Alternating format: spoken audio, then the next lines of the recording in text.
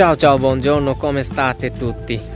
আজকে আমি শিখব verbo portare।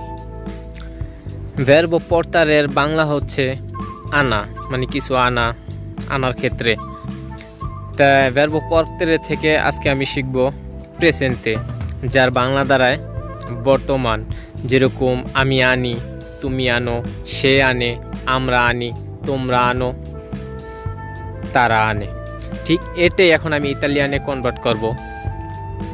যেমন ইউ পর্তো, আমি আনি। ইউ পর্তো, আমি আনি। তু পর্তি, তুমি আনো। তু পর্তি, তুমি আনো। lui lei porta, সে আনে। lui lei porta, সে আনে।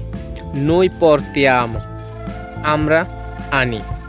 noi portiamo, আমরা আনি।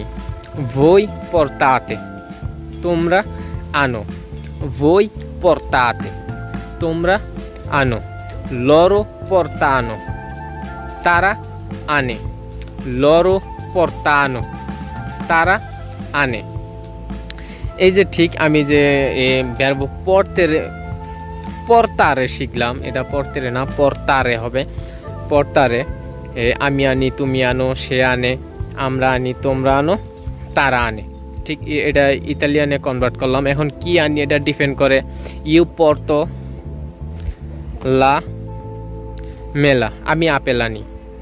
ইউ porto una mela, মেলা হইছে আপেল, আমি একটি আপেল আনি, বা এরকম কিছু। ঠিক আছে, মানে এরকম ভাবে, মানে এই ভার্ব ইউজ করার পর আপনি যা আনতেছে, মানে যা আনবেন বা যা আনি, সেই ওয়ার্ডটা ইউজ করলে এটা একটা ওয়ার্ড হয়ে যায়, বা পুরো বাক্যটা হয়ে যায় এককালে।